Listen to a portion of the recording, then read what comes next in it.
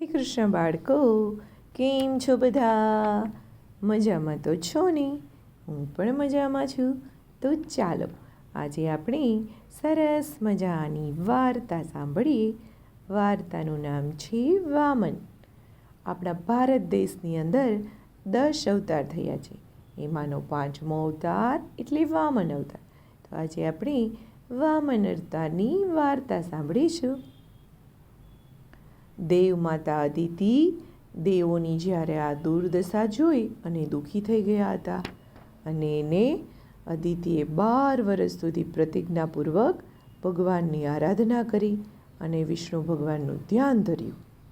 ભગવાન વિષ્ણુએ એને દર્શન આપ્યા અને અદિતિની પ્રાર્થના સાંભળી અને પોતે કહ્યું કે હવે તમારી જે ઈચ્છા હશે એ પૂરી થશે. તમારા પુત્ર રૂપે જન્મી અને દેવોને એના સમૃદ્ધિ સ્થાન હું પાછા અપાવીશ. અદિતિએ ભગવાન વિષ્ણુને એક પુત્ર રૂપે જન્મ આપ્યો. બ્રહ્મચારી વામનનું રૂપ ધારણ કર્યું. યોગ્ય ઉંમર થતાં વામનનો ઉપનયન સંસ્કાર વિધિ યોજાયો. સૂર્યદેવે પોતે જ એમને ગાયત્રી મંત્ર આપ્યો. પછી તો વામન તેજસ્વી બની ગયા. મહાબલી રાજાએ તો અશ્વમેઘ યજ્ઞ આરંભ કર્યો હતો. આ સમાચાર સાંભળી વામનજીએ યજ્ઞભૂમિએ જવા માટે તૈયાર થઈ ગયા. પોતાના હાથમાં એક છત્રી લીધી, એક હાથમાં જલપાત્ર અને એક સહાયક સાથે તેઓ યજ્ઞભૂમિ ઉપર આવી પહોંચ્યા. એમણે કમર ઉપર મુંજ ઘાસનો ગંદોરો પહેર્યો હતો. યજ્ઞોપવીતની જેમ કાળું મૃગચર્મ પણ દેહ ઉપર શોભતું હતું. એના વાળ ગૂંથેલા હતા. જેવા વામનજી યજ્ઞ મંડપમાં પ્રવેશ્યા કે ભૃગુઓ અને તેમના શિષ્યો એની ચારેય બાજુ તેજસ્વીતા નિહાળી અને મુગ્ધ થઈ ગયા. એમનું અભિવાદન કરવા માટે અતિ સન્માન સાથે સૌ લોકો ઊભા થઈ ગયા. આવા અપ્રતિમ સુંદર અને આકર્ષક તેજ પ્રભાવાળા અતિથિને જોઈ મહાબલી રાજા પણ અત્યંત પ્રસન્ન થયા.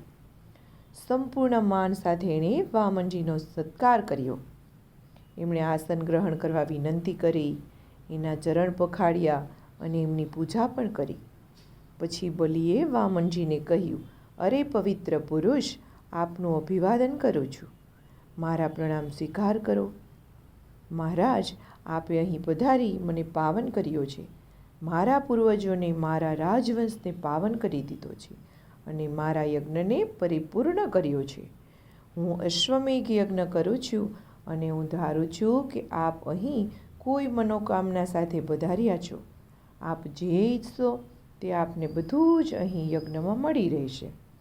એ માગણીમાં ગાયો, સુવર્ણ મુદ્રા, ગૃહો, સમૃદ્ધ ગામો કે ગમે તે માગશો તે બધું જ તમને અહીંયા મળી રહેશે. રાજા મહાબલીની વિનિવેગપૂર્ણ વાણી સાંભળી અને વામનજી ખૂબ પ્રસન્ન થયા. તેમણે કહ્યું કે હે રાજા, તમારી વાણી તો મધુર છે.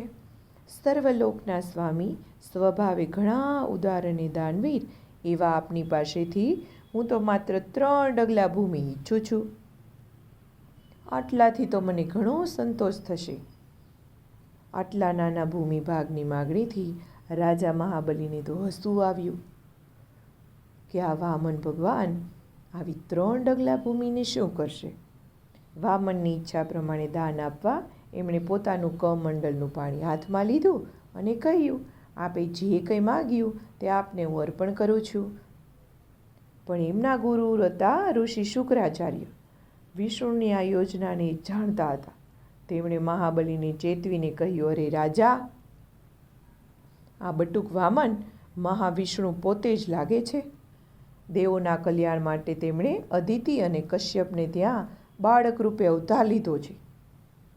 ભવિષ્યના પરિણામનો ખ્યાલ કર્યા વગર તમે એને 3 ડગલા ભૂમિ આપવા તૈયાર થયા છો. આ કાર્ય તો સૂઝબૂઝ વગરનું લાગે છે. અસુરો ઉપર મહા આપત્તિ આવવાની તૈયારી ચાલુ થઈ ગઈ છે. બ્રહ્મચારીના રૂપે સ્વયં વિષ્ણુ છુપાવે છે આવ્યા છે. એ જ તમારા માન પાન સ્થાન, સુખ સમૃદ્ધિ અને સ્વાતંત્ર્ય હરી લેશે અને બધું ઇન્દ્રને આપી દેશે. આ બ્રહ્મચારી ચમત્કારિક શક્તિ ધરાવે છે અને એમના 3 ડગલામાં સમગ્ર બ્રહ્માંડ આવી જશે. વાસ્તવમાં તમે તમારું સર્વ કંઈ એમને આપી દીધું છે. તેઓ એમના એક ડગલે સ્વર્ગ લેશે, બીજા ડગલે પૃથ્વી લેશે અને એનો દેહ આકાશમાં વ્યાપી જશે. ત્રીજું ડગલું ભરવા માટે કોઈ સ્થાન રહેશે ખરું? શું વિચાર્યા વગર મહાબલી તમે આ કરી રહ્યા છો? શુક્રાચાર્યના શબ્દો સાંભળી અને પળભર તો મહાબલી નીરવ થઈ ગયા અને પછી મક્કમ મને જવાબ આપ્યો કે મહારાજ, આપ કહો છો તો સાચું છે, પરંતુ મહાન ભક્ત પ્રહલાદનો પૌત્ર છું. મેં આ બ્રહ્મચારીને જે આપવાનું વચન આપ્યું છે ને એનો એક ધૂર્તની જેમ ઇનકાર કેમ કરી શકું? વચન ભંગથી બધું જ દુષ્ટ કાર્ય કોઈ નથી. વળી પવિત્ર માણસને હતાશ કરવા જેવું કોઈ ભયાનક કાર્ય કે પાપ પણ નથી. સુખ સમૃદ્ધિ અને બીજી પાર્થિવ ચીજવસ્તુઓ છે ને એ મૃત્યુ સાથે દૂર થવાની છે. એટલે જીવતા સત્કાર્ય માટે આ બધું આપી દેવું એ મારા માટે શું ગુમાવવું છે? યજ્ઞ આગમાં આપણે ભગવાન મહાવિષ્ણુને હવિ રૂપે નૈવેદ્ય રૂપે આવું બધું ભક્તિભાવરૂપ અર્પણ કરીએ છીએ અને તમે કહો છો તેમાં બ્રહ્મચારી વિષ્ણુજી હોય અને તેઓ આપણું ક્ષેમ કલ્યાણ કરવા કે પછી આપણો વિનાશ કરવા આવ્યા હોય, તોય હું એમણે કંઈ માગ્યું છે ને એ બધું જ એને આપી દેવાનો છું. પછી ભલે ને આખી ધરતી મારે આપી દેવી પડે તો પણ શું? પોતાની સલાહની અવગણનાથી શુક્રાચાર્ય તો બલિરાજા ઉપર ક્રોધે ભરાયા અને એણે અભિશાપ આપ્યો કે મારી અવગણના બદલ તું તારા સમૃદ્ધિ, કીર્તિ બધાથી વંચિત થઈ જઈશ. આવો અભિશાપ મળવા છતાં ઉમદા અને મહાન એવા બલિરાજા પોતાના સત્યના માર્ગેથી જરા પણ ડગ્યા નહીં. એમણે તો વચન પ્રમાણે આપવાનું શરૂ કરી દીધું. રાણી વિદ્યાવલી પાણીનો કુંભ લઈ આવ્યા અને પતિને આપ્યો. મહાબલી કુંભમાંથી દાન અર્પણ કરવા સંકલ્પ રૂપે જળ મૂકવા લાગ્યા. છેલ્લા ઉપાય તરીકે શુક્રાચાર્યે કુંભના પાણી વહેવાના નાકામાં એક ભમરો બનીને પ્રવેશ કરી લીધો. અંતરાય ઊભો કરી પાણીને બહાર નીકળતું બંધ કર્યું. આ જ જાણીને વામનજીએ દર્ભનું એક ધારદાર તણકલું લીધું અને કુંભનું મોઢું છેદી નાખ્યું.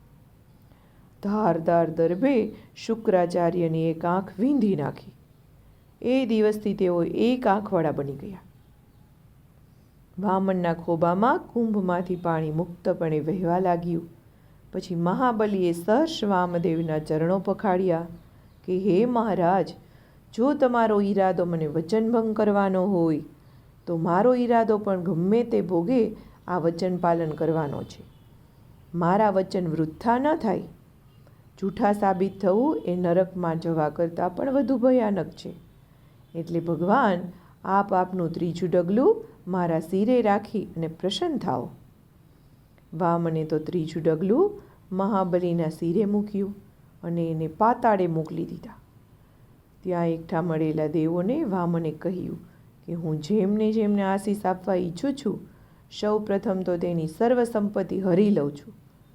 કારણ કે આ સંપત્તિ જ માનવને અહંકારી અને ગર્વિષ્ઠ બનાવી મૂકે છે. એને લીધે તે વિશ્વને અને પ્રભુને ધૂતકારે છે. આ દાનવરાજ મહાબલી કે જેણે એમના લોકોને માટે યશ, કીર્તિ, સુખ, સમૃદ્ધિ અપાવ્યા છે, એમણે અજેય એવી મારી માયાને પણ જીતી લીધી છે, જે કોઈ માટે પણ મુશ્કેલ છે. એટલું જ નહીં, પણ આટલું બધું ગુમાવ્યા છતાં પણ, આટલા બધા અધોગતિ અને પરિતાપ મળવા છતાં પણ ધીર, સ્થિર અને અચલયમાન રહ્યા છે. અત્યંત દરિદ્ર અવસ્થામાં આવી જતા છતાં, પોતાના સત્તા સ્થાનેથી દૂર થવા છતાં મિત્રોએ, શુભેચ્છકોએ છોડી દીધા છે અને પોતાના ગુરુએ ઠપકો અને અભિશાપ આપ્યો છતાં પણ મહાબલી પોતાના સત્ય પ્રતિજ્ઞાના પથે અડગ રહ્યા છે અને વચનભંગ નથી થવા દીધો.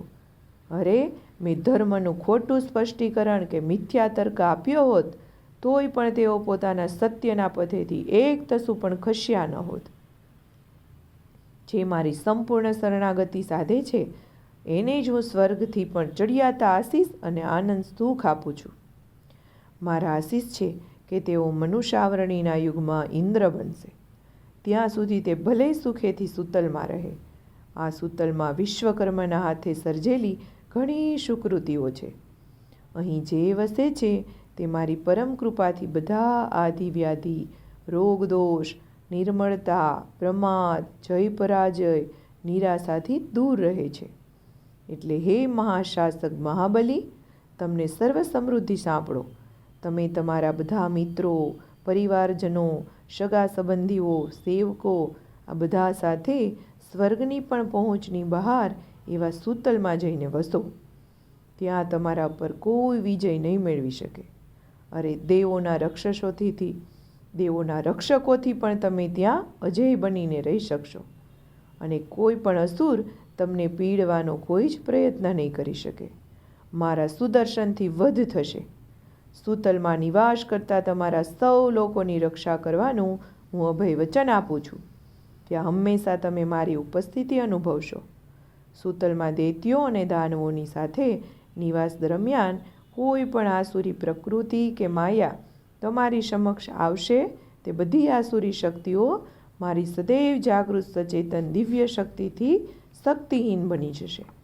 અને આવી રીતે મહાબલી તો સૂતલમાં જઈને વસ્યા હતા. આવી રીતેનો ઉદ્ધાર ભગવાન વિષ્ણુએ 3 ડગલા પૃથ્વી આપી અને કર્યો હતો.